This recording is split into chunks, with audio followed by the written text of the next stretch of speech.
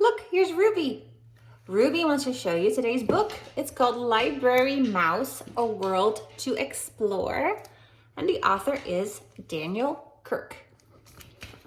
And I remember reading Library Mouse to Tally and Jazzy when they were younger. Sam was a library mouse.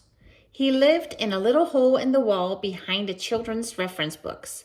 Every night he went looking for adventure between the covers of books.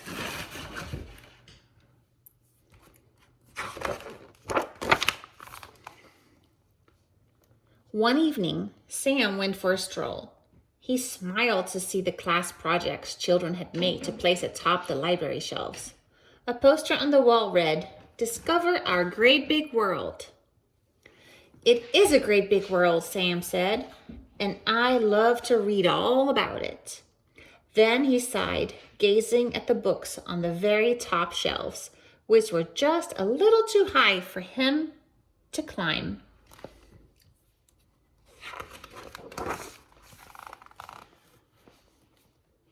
Suddenly, Sam saw something out of the corner of his eye.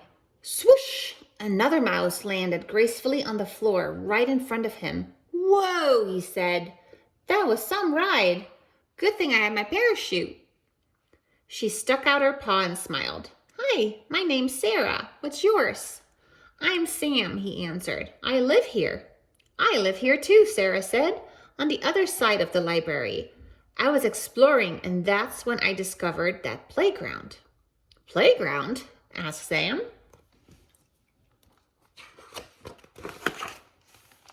"Up high on the shelves," Sarah explained. "You can almost see the whole world. I just went on that giant slide. I didn't know I was going to fall so far, though." "You climbed all the way up there?" Sam asked. He had never dared to go all the way to the top. "Sure," Sarah said. "I'm an explorer. All explorers climb." Sam shook his head. "Well, that's not a slide. You just went down the slide of a pyramid." "A what?" "A pyramid," Sam said, "like in ancient Egypt. Only children made this one. There are pictures of real pyramids in these books you knocked off the shelf." "Wow," Sarah said. "I didn't know there were books about stuff like this." "Are there books about those other fun things I was climbing?" Sarah asked. "You mean the Statue of Liberty and the Eiffel Tower?" Sam grinned. "Follow me." "We're going to do some research," Sam said. "We'll start with Egypt." "What's research?" Sarah asked. "It's how you find out about things," Sam said. "If you can't go to the real pyramids, you can read about them right over here." Sam and Sarah pored over dozens of books, and Sarah oohed and ahed at the pictures. She gazed up at the tall shelves and said, "Research is fun. Let's climb up high and see what books are up there."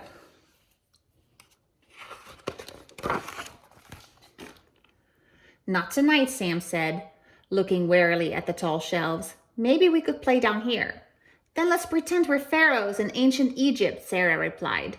"We can use these books for research on how to dress up." It was nearly daylight when Sam returned home. He picked up his pencil to write about what had happened. He had never met anyone like Sarah before.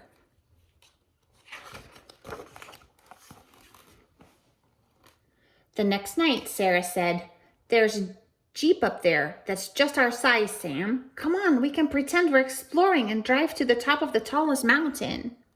"I don't think you can drive to the top of the tallest mountain in a Jeep," Sam said. "Besides, we can pretend from down here."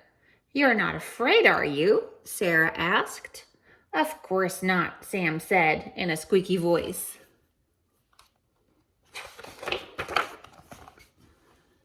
Sarah saw that Sam was nervous. "We could always do a little research first," she said. "Good idea," said Sam. While looking at a book about mountain climbers, Sarah had another idea. "I'll be right back," she said. She returned with some string and a paperclip. "I'll hook one end of the string up at the top," she said. "Then I'll drop the other end down for you to tie around your waist. That way you won't have to worry about falling. I'm not worried, Sam said as she started to climb. Soon it was his turn. He remembered he had read that when climbing he should not look down, so he didn't.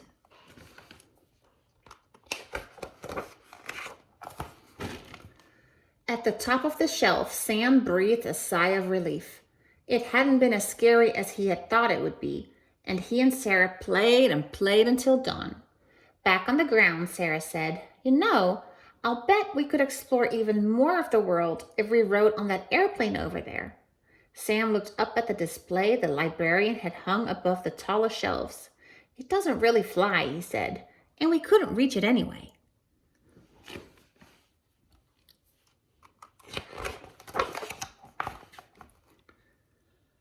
"I know it can't fly," Sarah said, "but think of how much of the world we could see from up there.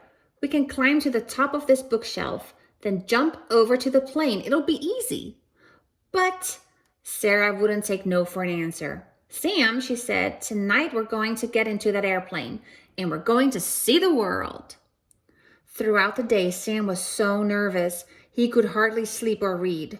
He didn't want to let Sarah or himself down, but he didn't want to get into that airplane either.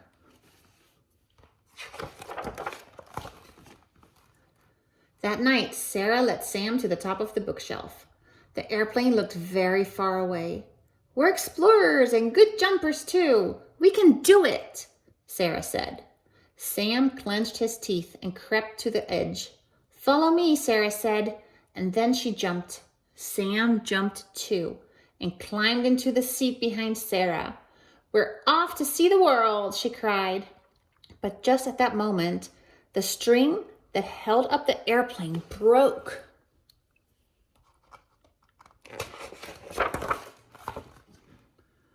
"Woohoo!" Sarah hollered.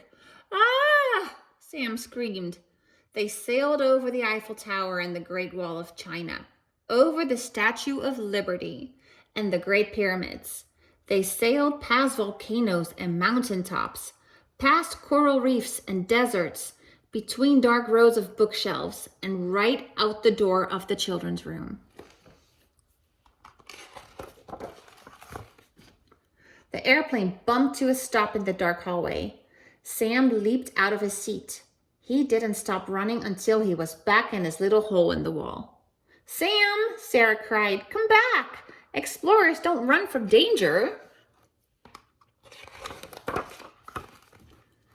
Sam hid behind his bed and wouldn't come out. But later, when his heart stopped pounding, he went to his writing desk, picked up his pencil, and got to work on a new project. "Readers and writers are explorers too," he said. "Wow," Sarah said the next evening when she saw Sam's book. "Sam and Sarah see the world. We're both a couple of explorers. And we never even had to leave the library," said Sam. Here says Sam and Sarah see the world by Sam.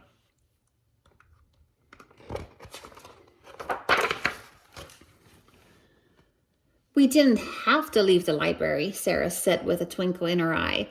"But just think of the books you could write if you really got to see the world. What do you say we take a little research trip?" As they strolled through the library, Sam didn't know what to say. He had never met a mouse like Sarah. I bet they're gonna go on lots of other big adventures, these two. All right, hope you enjoyed the book. See you next time. Love you.